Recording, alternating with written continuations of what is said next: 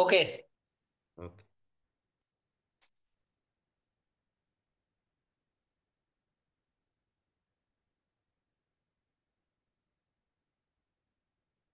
Okay, I think দেখা যাচ্ছে share হয়েছে আই থিঙ্ক।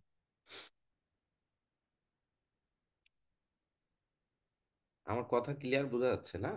একটু রেসপন্স করলে ভালো হয়। আমার জি। ঠান্ডা লাগছে, কাশির জন্য জি। হয়তো মাঝে মাঝে কাশি টাশি হতে পারে। আগে থেকেই সরি। এনিওয়ে, আমরা গতদিন হচ্ছে কমিউনিকেশন সেক্টরটা দেখছিলাম আর কি।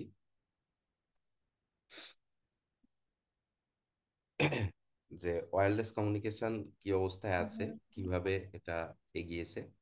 আজকে মূলত জাস্ট অ্যান্টেনা পার্টটা আর কি আর দেখাবো। তো আমি ওখানে থেকেই শুরু করি।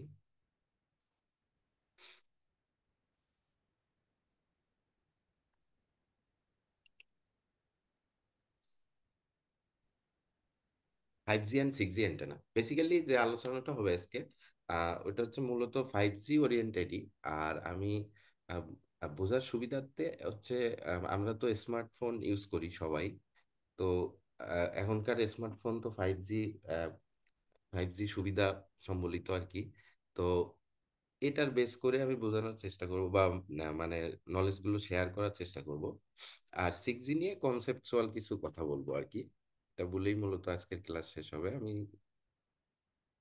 তার আগে, শুরু করার আগে আমি একটু আগের দিনের এটা বলি। আগের দিন যেগুলো বলছিলাম যে 2G থেকে বা 1G থেকে 5G, এটা হচ্ছে লেস দেন 30 ইয়ার জার্নি আর কি। 30 বছরের মধ্যে পাঁচটা জেনারেশন আর কি। তো এগুলো তো আমি আগেই বলছিলাম যে যত দিন যাচ্ছে, জেনারেশন যত চেঞ্জ হয়েছে, স্পিডটা বাড়ছে। মানে আমাদের মেন এ হচ্ছে হাই হাই থ্রুপুট আর কি, হাই ডাটা থ্রুপুট। মানে আমরা যাতে বেশি বেশি ডাটা করতে পারি আর কি, মানে ডাটা স্পিডটা বাড়ানো, এটাই। তো বর্তমান যেটা এইখানে হচ্ছে থিওরিটিক্যাল অ্যান্ড প্র্যাকটিক্যাল এটা দেওয়া আছে। এই যে আইডিয়াল কন্ডিশন হচ্ছে উপরের গুলা, অর্থাৎ থিওরিটিক্যালি। আর এটা হচ্ছে রিয়েলি অবজার্ভড আর কি। তো 5G তে 1 to 5 গিগাবিট পার সেকেন্ড, আর থিওরিটিক্যালি 20 আর কি। যাই হোক, আরেকটা বিষয়, তো 5G তো ফ্রিকোয়েন্সি যেটা 5Gর জন্য, আমরা 1G 2G 3G এটা কিন্তু ভিন্ন ভিন্ন ফ্রিকোয়েন্সি ব্যান্ডেই হয়ে আসছে। তো যখন 5G আসছে, 5G বা 4G এটা খুব কাছাকাছি ব্যান্ড। এখানে যেমন এই যে 5G NR একটা টার্ম বারবার আসে আর কি 5G-তে। এনআর তে বোঝায় নিউ রেডিও। তো 5G NR বলতে, নিউ রেডিও বলতে একটা অ্যাক্সেস আর কি। যেটা মানে 5G যদি একটা কি বলে, 5G যদি একটা গাড়ি হয়, তো নিউ রেডিওটা হচ্ছে একটা ইঞ্জিন আর কি ওই গাড়িটা, এরকম আর কি। তো 5G নিউ রেডিও, এখানের যে ফ্রিকোয়েন্সি অ্যালোকেশন, এটা মূলত এই যে B42, এগুলো হচ্ছে 4G। তো এলটি যেটা লং টার্ম ইভলিউশন, ওইটার ফ্রিকোয়েন্সি ব্যান্ড। তো এটা এখানে দেখলে 5G ব্যান্ড যেটা ফ্রিকোয়েন্সি ব্যান্ড, এটা দুইটা এসে আছে, একটা হচ্ছে FR1 আর একটা হচ্ছে FR2। ফ্রিকোয়েন্সি ওয়ান আর একটা টু। তো ওয়ানের ভিতরে এটার রেঞ্জ হচ্ছে আপনার 3 থেকে প্রায় 6 পর্যন্ত, 6 গিগাহার্টজ।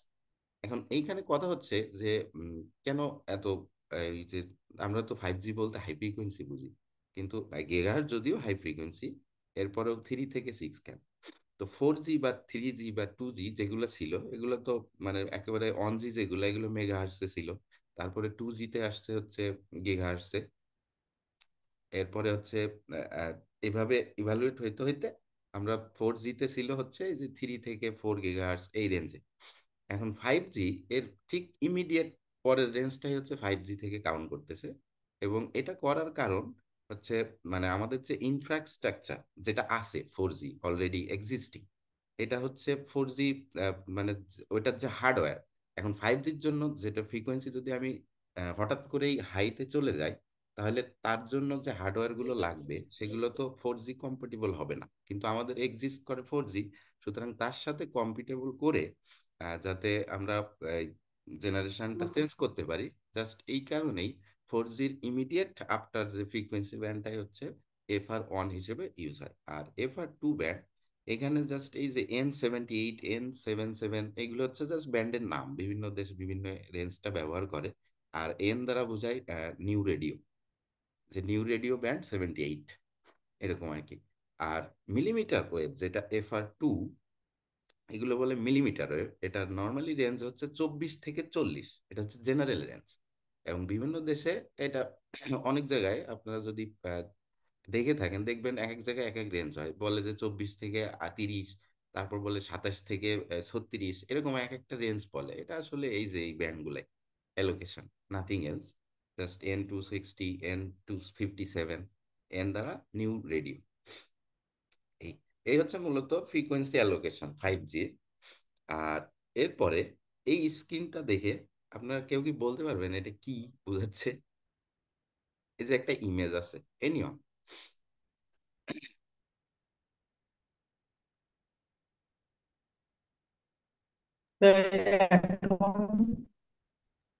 অ্যাটমের সরি, অ্যাটমের স্ট্রাকচার না, মানে আমরা যে এখনকার ডিসপ্লে ইউজ করি না, এলইডি ডিসপ্লে।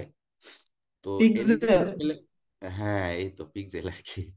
তো এলইডি এটাই ডিসপ্লে বলতে যেটা, চাচ্ছি। এলইডি যেটা, হ্যাঁ, তো এলইডিটা হচ্ছে এরকম, যদি মানে মাইক্রোস্কোপ স্কেলে আর কি ইয়ে করা হয়, একেবারে এক্স্যাক্টলি এটা হয়তো ইয়ে করা আর কি স্কেমেটিক টাইপের। তারপরেও প্রত্যেক এলইডি, এটা কিন্তু পিক্সেল কি অনেক অতি ক্ষুদ্র ক্ষুদ্র আর কি ইউনিট। তো এখানে প্রত্যেকটা ইউনিট কিন্তু RGB, প্রত্যেকটা লেডেই RGB, অর্থাৎ কালারের যে রেড গ্রিন আর এটা। তো এইটা কিন্তু প্রত্যেকটা একটা একটাতেই তিনটা করে থাকে, কারণ এটা বেসিক কালার, এরপরে এটার কম্বিনেশনের সবগুলো কালার তৈরি করা যায়। তো আমাদের যে ডিসপ্লে এখনকার যে মডার্ন ডিসপ্লে, এলইডি ডিসপ্লে, তারপরে ওলেড ডিসপ্লে, অর্গানিক এলইডি আর কি। তো এই যে ডিসপ্লে গুলো, এই ডিসপ্লে গুলোতে কিন্তু এরকম থাকে ছোট ছোট ব্লকে এবং অতি ক্ষুদ্র, এটা খুবই মানে কি মাইক্রোস্কোপ লেভেলের। তো এই যে অতি ক্ষুদ্র গুলো থাকে, তো এটাকে দেখলে কিন্তু এরকম। এখন কথা হচ্ছে, এটা দেখানোর উদ্দেশ্য হচ্ছে যে এইখানে কিন্তু গ্যাপ আছে একটা, এই যে, হ্যাঁ, প্রত্যেকটার সাথে একটা গ্যাপ আছে। তো এখানে খুবই পাশাপাশি কিন্তু এরপর, এবং খুবই ক্ষুদ্র ক্ষুদ্র হওয়ার পরেও এদের কিন্তু একটা করে গ্যাপ থাকে, পাশাপাশি জাস্ট ব্লক বাই ব্লক রাখা। তো এই স্লাইডের উদ্দেশ্য হচ্ছে এটুকুই। একটু পরে আসবো আর কি, তখন বুঝতে পারবেন আসলে কেন বললাম এটা। এটা দেখে কি মনে হয় আপনারা? ফেসবুকে স্ক্রল করতে করতে দেখবেন অনেক সময় এরকম কিছু প্যাটার্ন থাকে, যেটা স্ক্রল করলে আপনার এটা কি একটা প্যাটার্ন দেখা যায় যেটা মুভিং, কিন্তু অ্যাকচুয়ালি জাস্ট ইমেজ, কিন্তু জাস্ট স্ক্রল করলে এটা মুভ করে, এরকম দেখছেন না অনেকেই? আই থিঙ্ক এটা দেখে থাকার কথা। মানে স্ক্রল করলেই বা একটু ফোনটা এদিক ওদিক করলেই দেখা যায় ওই প্যাটার্নটা নাড়াচাড়া করতেছে। তো এটা হচ্ছে, এখানে দুইটা সার্কেল আছে, আহ, মানে দুইটা সার্কেল প্যাটার্ন আছে, যে প্যাটার্ন দুইটা সিমেট্রিক্যাল, কিন্তু এই যে প্রত্যেকটার সাথে যে গ্যাপটা, লেফট সাইডে যেটা রাইট সাইডে যেটা, এই গ্যাপটার ভিতরে একটু ডিফারেন্স আছে, জাস্ট অল্প, খুবই খুবই ক্ষুদ্র একটা ডিফারেন্স আছে। এখন এরকম দুইটা ট্রান্সপারেন্ট প্যাটার্ন নিয়ে যদি একটার নিচ দিয়ে আরেকটা টেনে নেওয়া যায়, তখন কিন্তু এই যে প্যাটার্নটা মাঝখানে ক্রিয়েট হয়েছে এটা কিন্তু মুভিং মনে হয়। তো এটা দেখে থাকবেন আর কি কোন কোথাও না কোথাও, বা ভিডিওতে বা ইসে। তো এটাকে বলে মরি প্যাটার্ন। আহ, এটা অনেকে জেনে থাকতে পারেন, নাও জেনে থাকতে পারেন, বাট এটাকে বলে মরি প্যাটার্ন। এটা আর কি এরকম বিভিন্ন প্যাটার্নের হইলে এটা এরকম দেখা যায়, যে দুইটা একই প্যাটার্ন টাইপের থাকলে, বা জাস্ট একটু ক্ষুদ্র ডিফারেন্সের কারণে, বা দুইটা দুইটা মনে করেন প্যারালাল অনেকগুলো বার, এরকম দুইটা প্যাটার্ন নিলাম, নিয়ে যদি একটার উপর দিয়ে আরেকটা সুইপ করা হয়, তাহলে দেখা যায় ওখানে আর একটা প্যাটার্ন তৈরি হয় যেটা মুভিং মনে হয়। তো এটাকে বলে মরি প্যাটার্ন। তো এই দুইটা স্লাইডের উদ্দেশ্য এটুকুই। হ্যাঁ, হ্যাঁ, এ নিয়ে এরপরে আমি একটু অ্যান্টেনা নিয়ে কথা বলি।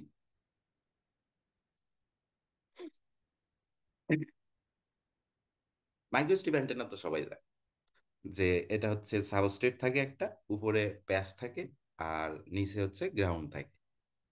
গ্রাউন্ড এবং প্যাচ ম্যাটেরিয়াল দুইটা একই, অর্থাৎ কপার দিয়ে তৈরি হলে কপার, এরকম। আর সাবস্ট্রেট হচ্ছে বিভিন্ন dielectric material.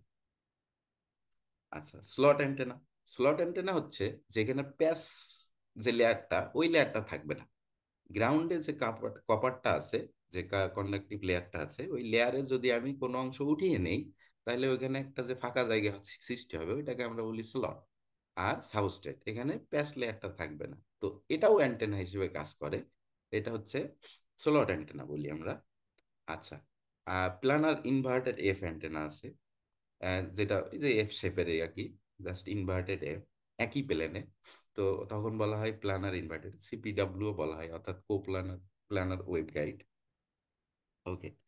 Array antenna, array antenna হচ্ছে আহ, যদি একটা অনেকগুলো এলিমেন্ট একসাথে একটা সিঙ্গেল অ্যান্টেনা হিসেবে কাজ করে, তখন আমরা ওইটাকে বলি অ্যারে অ্যান্টেনা। এখানে দেখেন মাল্টিপল 4/8, মানে 32 এলিমেন্টস আছে মাইক্রোস্ট্রিপ প্যাচের, এবং সবগুলো একটা সিঙ্গেল ফিট থেকে আপনার ফেড হচ্ছে, যার কারণে এটা একটা সিঙ্গেল অ্যান্টেনা হিসেবে কাজ করে। তো এই টাইপের অ্যান্টেনাকে বলে অ্যারে অ্যান্টেনা। আর মিমো অ্যান্টেনা, যেটা মাল্টিপল ইনপুট, আমি গত যেদিন আহ, দেখা দেখানো হয়েছিল ওই দিন বারবার মিমো মিমো বলতেছিলাম, যেটা হচ্ছে 5G এবং 6Gর কনসেপ্ট। হ্যাঁ, মেইন কনসেপ্ট আর কি, যে মাল্টিপল ইনপুট মাল্টিপল আউটপুট। তো এটা হচ্ছে মিমো অ্যান্টেনা, যেখানে ইনপুট থাকবে মাল্টিপল। এটা সিম্পল বেসিক একটা 2x2 মিমো অ্যান্টেনা আর 4 এলিমেন্ট মিমো অ্যান্টেনা, যেটা যেটা মূলত 4G পর্যন্ত ছিল। 4Gতে হচ্ছে 2x2 বা 4x4 এরকম ইউজ করা হতো। 5Gতে এসে এটা ইমপ্রুভ হয়েছে। এনিওয়ে, তো আলাদা আলাদা ইনপুট থাকবে এবং এটার আলাদা আলাদা ফাংশন থাকবে। তো এই মিমো অ্যান্টেনার ক্ষেত্রে আবার কিছু আমরা নর্মালি যে অ্যান্টেনা সিমুলেট করে যে রেজাল্টগুলো এভালুয়েট করি, যেমন ওই যে রিটার্ন লস বা আইসোলেশন, হ্যাঁ, এটা ছাড়াও মিমোতে আরো কিছু প্যারামিটার থাকে যেগুলো আমাদেরকে ইভালুয়েট করতে হয়। তার মধ্যে একটা হচ্ছে ইসিসি বা এনভেলপ কোরিলেশন কোএফিসিয়েন্ট। কারণ কি, আহ, এখানে ফার ফিল্ডের ব্যাপার আছে, অর্থাৎ রেডিয়েশন যখন হয় অ্যান্টেনা থেকে, ওই ফার ফিল্ড যাতে একটার ফার ফিল্ড আর একটার ফার ফিল্ডে কোনো ইফেক্ট না ফেলে, এটাও দেখতে হয়। তো ওই ক্ষেত্রে আর কি বাকি কিছু কিছু প্যারামিটার আছে, যদি মিমো নিয়ে স্টাডি করা হয় তাহলে আসবে আর কি। তো ওই তখন এগুলো জানতে হবে যে ইসিসি, তারপরে মিন ইফেক্টিভ গেইন মেগ, হ্যাঁ, এগুলো দেখা লাগে আর কি। কিছু আলাদা প্যারামিটার আছে, নর্মালি অ্যান্টেনার যে প্যারামিটার গুলো দেখলেই হয়, তার থেকে আরো কিছু আলাদা প্যারামিটার আছে। এনিওয়ে, তো এগুলো আর কি জাস্ট একটা ওভারভিউ টাইপের ছিল। এখন হচ্ছে আমি সেলুলার স্ট্রাকচার, অর্থাৎ আমি শুরুতেই বলছি যে আমরা পরিচিত হচ্ছে মোবাইল ফোনের সাথে, অনেক বেশি পরিচিত। তো ওই অ্যাঙ্গেলেই যাব। তো এই এই যে লেফট সাইডে যে ছবিটা আছে, এই যে এটা, এটা আগের ক্লাসেই আর কি আমি একটা ছোট একটা ব্লক আঁকি দেখিয়েছিলাম, যে এটা হচ্ছে বলে কি ফ্রিকোয়েন্সি রিউজ যে সিস্টেমটা আর কি আমাদের সেলুলার কনসেপ্টে যেটা আছে, যে একই ফ্রিকোয়েন্সি কিছু সেল পরে আবার ইউজ করা। এই যেমন লালগুলো হচ্ছে একই ফ্রিকোয়েন্সি ব্যান্ড ইউজ করতেছে, অর্থাৎ এই এই লালটা যদি এই সেলটা, অর্থাৎ এখানে একটা বেজ স্টেশন থাকবে, এখানে আর একটা, মানে প্রত্যেক সেলে একটা একটা বেজ স্টেশন। এখন এই বেজ স্টেশন গুলোই যদি এই বেজ স্টেশনের ফ্রিকোয়েন্সি রেঞ্জ যদি হয় যে সাপোজ 800 থেকে 900 মেগাহার্টজ, তাহলে ওই ফ্রিকোয়েন্সিটা আবার এইখানে ইউজ করা যাবে, এরকম আর কি। এইগুলোকে বলে ফ্রিকোয়েন্সি রিকোয়েস্ট, অর্থাৎ একই ফ্রিকোয়েন্সি, কারণ আমাদের হাতে যে ফ্রিকোয়েন্সি স্পেকট্রাম যে রিসোর্সটা বা অ্যালোকেশনটা এটা লিমিটেড। এই কারণে কি করতে হয়, একই তাই বারবার ইউজ করতে হয়। তো এখানে যে সেন্ট্রালি লালটা আছে, ওইখানে যদি একটা ফ্রিকোয়েন্সি, ওইটা ঠিক কয়েকটা সেল পরে আবার আমরা ইউজ করতে পারি। একই ফ্রিকোয়েন্সিকে বারবার ইউজ করা, এটা হচ্ছে ফ্রিকোয়েন্সি ইউজ কনসেপ্ট। তো এই যে 1G বা 2G যেগুলো ছিল, এগুলোর অ্যান্টেনা যেটা ছিল বেজ স্টেশনে, যে অ্যান্টেনাটা রেডিয়েশন মানে সিগন্যাল প্রোপাগেটিং এর জন্য যে অ্যান্টেনাটা ছিল, এই অ্যান্টেনা মূলত অমনি ডিরেকশনাল অ্যান্টেনা ছিল। অর্থাৎ একটা অ্যান্টেনা অ্যান্টেনা থেকে সব দিকে সমানভাবে রেডিয়েশন হবে, চারদিকে সমানভাবে রেডিয়েশন হবে। তো এই অমনি ডিরেকশনাল অ্যান্টেনা ছিল। এখন অমনি ডিরেকশন অ্যান্টেনা হওয়ার একটাই অসুবিধা হচ্ছে, একটাই না, কতগুলো আছে, দুইটা তিনটা। তো একটা অসুবিধা হচ্ছে, আমার যেহেতু মনে করেন একটা সেলে আমি আসি, একটা সেলে, অর্থাৎ আমি মনে করেন আমার এলাকায় আমি একা থাকি, ঠিক আছে। এখন ওইখানে একটা বেজ স্টেশন আছে। এখন ওই বেজ স্টেশন, তো আমারও একটা হাতে মোবাইল আছে, মোবাইলের জন্য, অর্থাৎ আমি যদি ইউজার হই, তাহলে আর কোনো কিন্তু ইউজার নাই। অর্থাৎ এই যে রেডিয়েশনটা হচ্ছে অমনি ডিরেকশন মানে সব দিকে।